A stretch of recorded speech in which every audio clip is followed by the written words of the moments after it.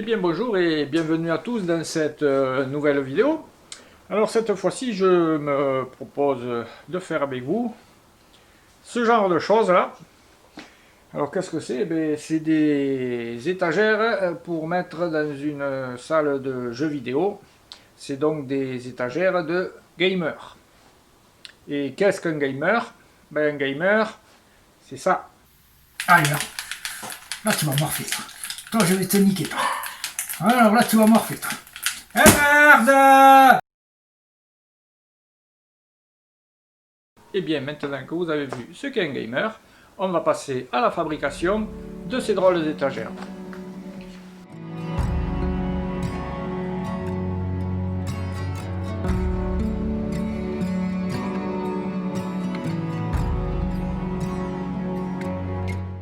Donc ces étagères, on va les faire avec du valchromate noir, hein, parce que j'ai des tonnes de petits morceaux de valchromate comme ça.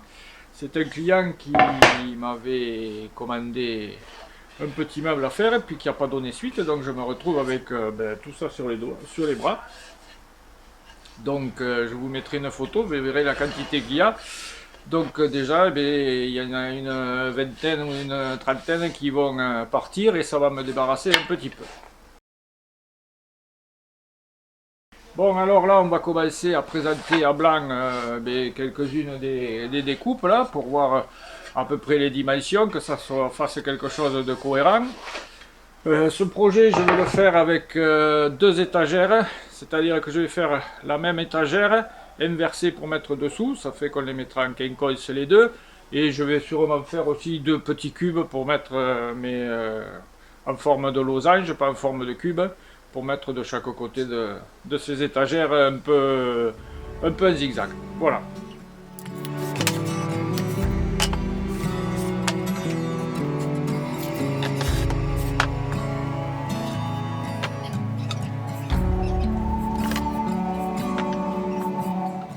Voilà ce que ça devrait à peu près donner. Là, je vais quand même regarder les côtes pour que tout tombe bien, hein, forcément. Donc, je vais en faire une. Les deux seront dans le même sens. Et en réalité, elles seront montées en quinconce.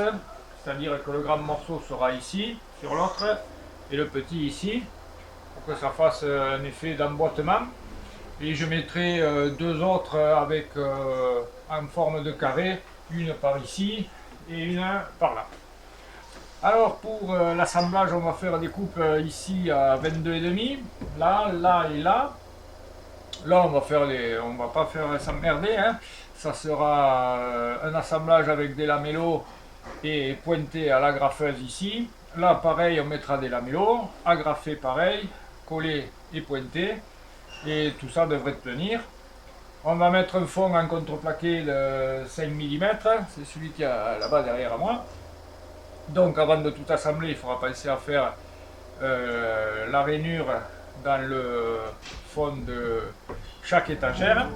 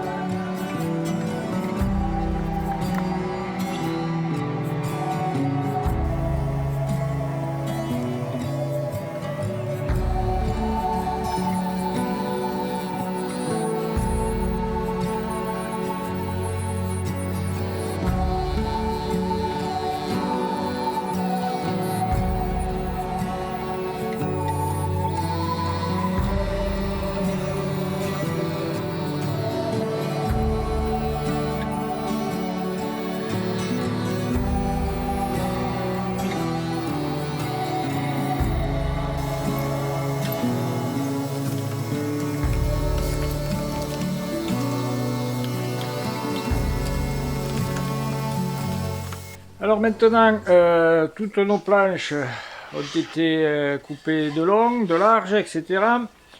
J'ai fait les rainures pour mettre le fond. Je les ai fait à 15 mm de derrière parce que pour accrocher les meubles au mur, je vais mettre le système de French Clit. Voilà, et vous avez pu voir qu'à certains endroits, j'ai fait des rainures arrêtées, justement pour pas qu'on voit le fond qui dépasse de ce côté. Donc l'autre rainure viendra là et le fond viendra à l'intérieur et on ne verra rien sur le dessous ou sur le dessus. Voilà, ça c'est fait. Maintenant on va attaquer les lamellos.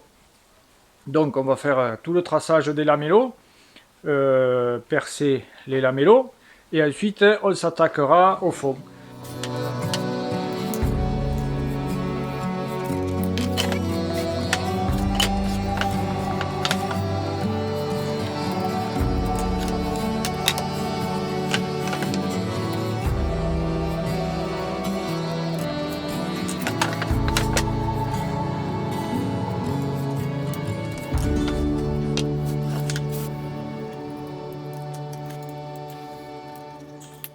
Voilà, j'ai tracé mes lamellos, comme vous avez pu le voir. Je l'ai fait en dépliant l'étagère. J'ai fait en suivant les différentes étagères, les différentes parties de l'étagère et je suis revenu au point de départ. Voilà, moi je me suis mis à 5 du bord d'un côté, 5 du bord de l'autre et j'ai tout fait pareil. Alors rien ne vous empêche maintenant de numéroter les étagères les unes derrière les autres, 1, 1, 2, 2, 3, 3, 4, 4, 5, 5, 6, 6, 7, 7, etc. pour pas vous perdre au moment de l'assemblage.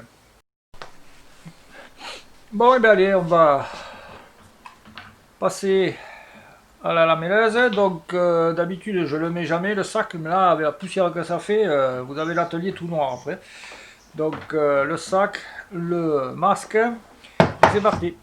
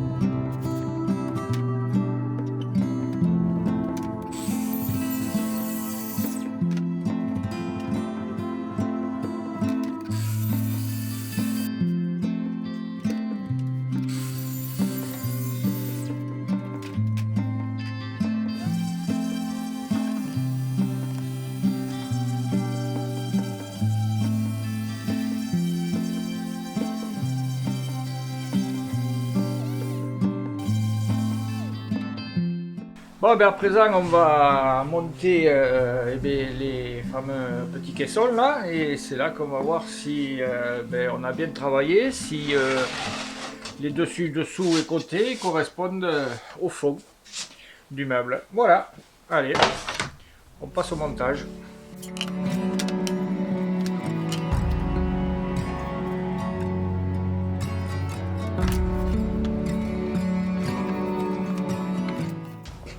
Dans le bon sens, c'est mieux.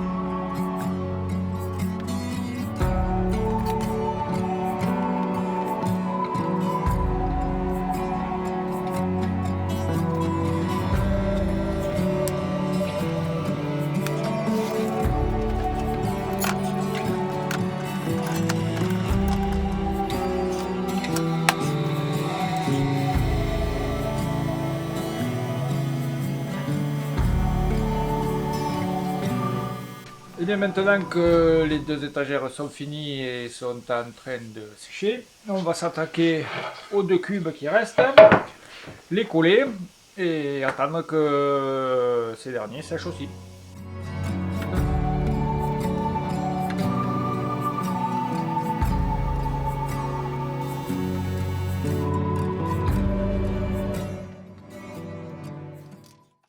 Bon ben voilà, maintenant tout est collé, je les ai agrafés comme ça, ça prend moins de temps de séchage sous presse. Et puis ben maintenant il va falloir tout poncer.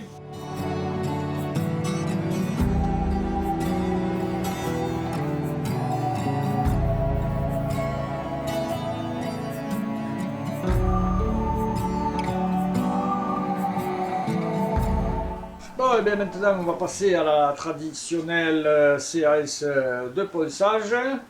Donc j'ai rebouché tous les petits trous des pointes, là, les têtes de pointe, avec j'avais récupéré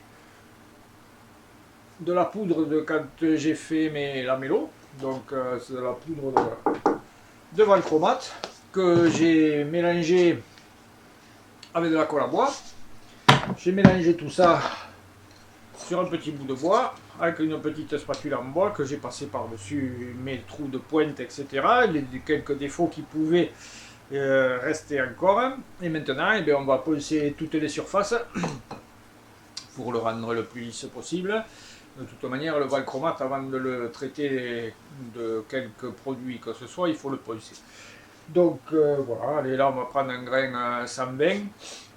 On va pas prendre trop fin non plus parce qu'autrement il va se remplir de suite avec tous les produits qu'on a mis. Et puis voilà, donc je vous passe un peu la séance de ponçage. On va mettre quelques images mais pas d'étonnant. Et puis voilà. Allez, séance de ponçage.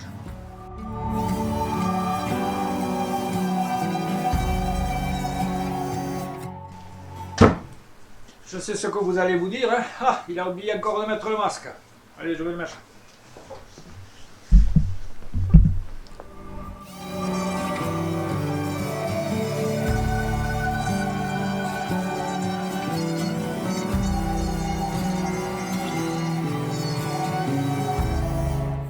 Et bien voilà, la petite séance de ponçage est maintenant terminée.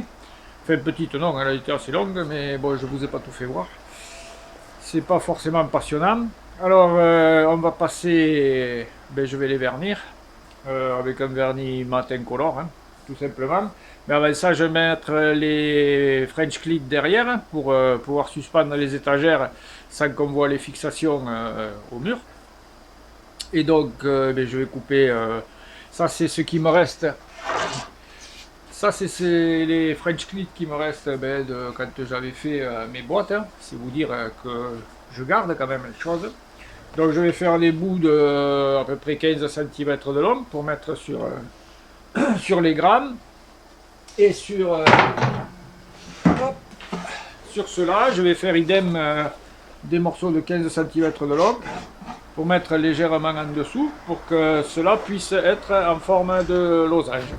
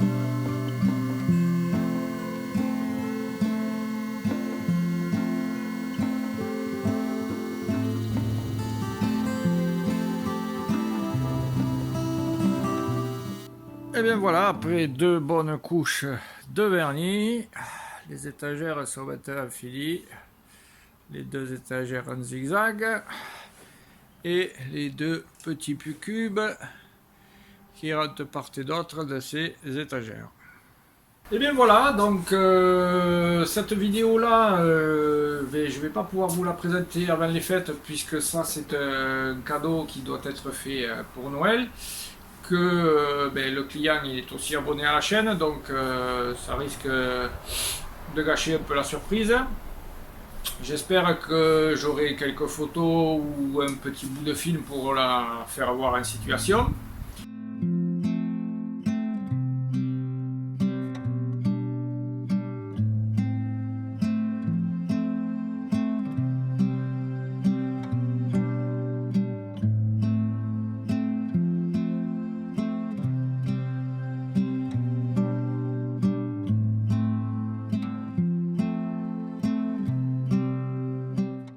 Cette vidéo est maintenant terminée.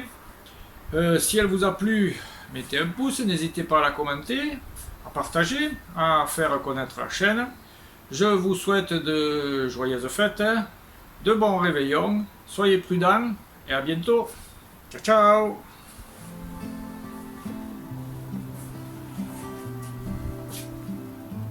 Une vidéo pour des...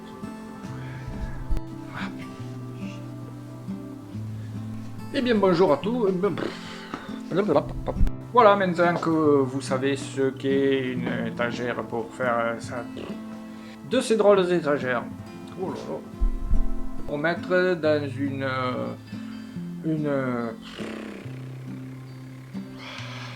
dans une salle de jeu. Non, ça c'est nul. Pour voilà, hein, voilà. C'est ça.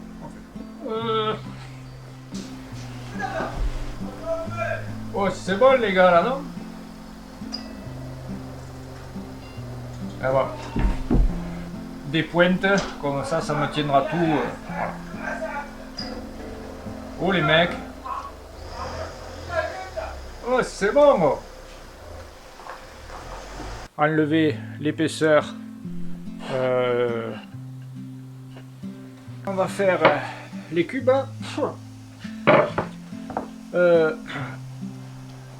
Merde. Les étagères sont sèches. Non. Enculé de merde. C'est pas marrant, hein. Voilà.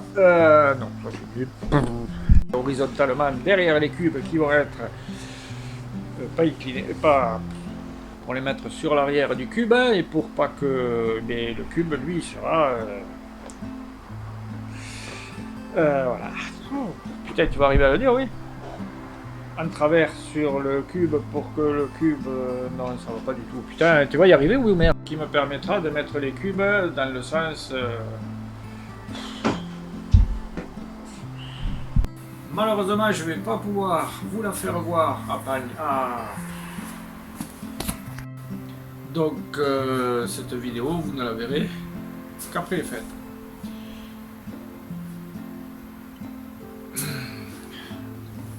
Ça va pas aller.